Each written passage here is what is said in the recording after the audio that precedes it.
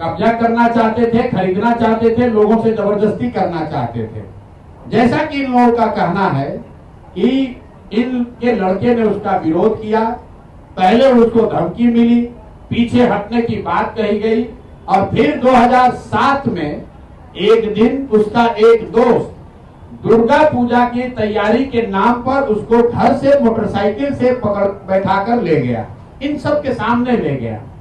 और फिर इनको खबर मिलती है कि एक भीड़ ने उस बच्चे को, इनके बेटे को घेर कर पीटा है और इतनी बुरी तरह पीटा है कि वो ऑलमोस्ट मरणासन हो गए और उनको किसी सरकारी अस्पताल में नहीं ले जाया गया। वो कहीं सरकारी अस्पताल में नहीं गए, उस व्यक्ति को उठाकर दिलीप जायसवाल के नियंत्रण वाले MGA माता गुजरी देवी कॉलेज में, मेडिकल कॉलेज में ले जाया गया। हद सुनिए कि भाई लड़का इनका गया और तथाकथित तौर पर पुलिस का जो एक वर्जन है कि भीड़ ने उसको मारा, उसके पास पिस्टल था, ऐसा पुलिस के एक आरोप पत्र में कहा गया है, जैसा कि किसी ने इल्जाम लगाया है।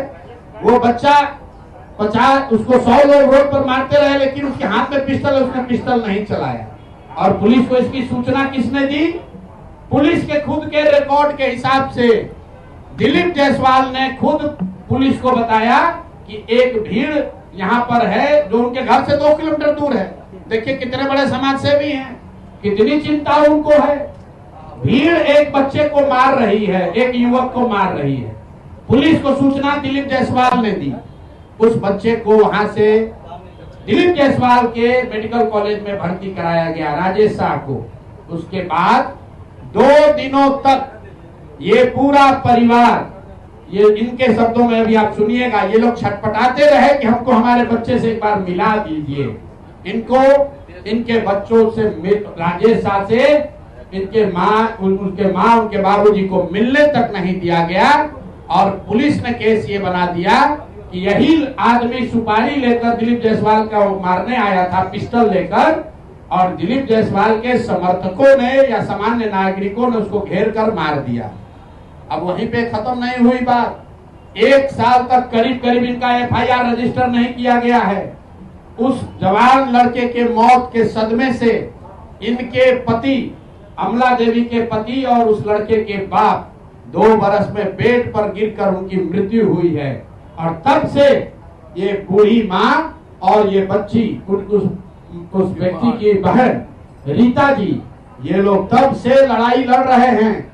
हाई कोर्ट गए, मुख्यमंत्री के दरबार में गए, वहां से ऑर्डर हुआ कि इस पर तुरंत कार्रवाई की जाए। वहां का SP, अब नाम पिछली बार नहीं बताया था, आज बता रहा हूं, MK नायर, उसने MR नायक जो वहां के SP थे, उनकी पत्नी बजाबता आज MBBS करके डॉक्टर हैं। जरा पता कीजिए कि इस केस के बाद वो डॉक्टर कैसे बन गए। उस केस का IO SK दुबे, नाम नोट कीजिए, मैं सीधा नाम बता रहा हूं। SK दुबे जो केस का IO था, रिटायर होने के बाद दिलीप जायसवाल के मेडिकल कॉलेज में चीफ सिक्योरिटी अफसर के तौर पर उसने बाकायदा काम किया। और आप कहते हैं कि आपका कोई इसमें भूमिका नहीं है, आपकी कोई भूमिका नहीं है, कोई देखने वाला नहीं है।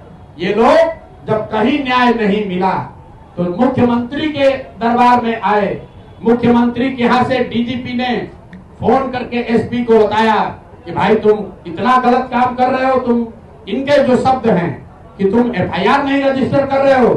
SP ने बुलाया और अभी आप सुनिएगा उस लड़की से, उस राजेश शाह की बहन से, कि SP अपने सामने इनको बैठाकर इनका जो वर्जन है कि किसी अपराधी को इतना मार रहा था ताकि ये डर जाए, और फिर आकर कहा, जैसे आप पिक्चर में देखते हैं कि जिसको डराना होता है उसको उसके अगल बगल में किसी को बुला के मारता है पुलिस। तो ये बता रही थी कि SP ने इनके सामने किसी अपराधी या किसी बंदी को मारा और मारने के बाद इनको ज्ञान दिया कि अरे तुम शादी उदी करो, अपना काम करो, ये सब कहाँ चक्कर में आप पड़ी है। और केस को फाइनल इन लोगों ने कर दिया। फिर ये लोग हाई कोर्ट गए, इनके हिम्मत की आप दाद दीजिए, हमारी आपकी हिम्मत टूट जाएगी। 2008 से ये महिला दोनों अकेले लड़ रही हैं और कोई बिहार में इनके साथ खड़ा होने को तैयार नहीं है। ये लोग हाई कोर्ट गए और हाई कोर्ट का निर्णय अभी मैं आपको सुना रहा हूं। हाई कोर्ट ने कहा है कि सीआईडी को इसको जांच करके तुरंत इस मामले का निपटारा करना है और अभी तक उसका कोई खोज खबर नहीं है।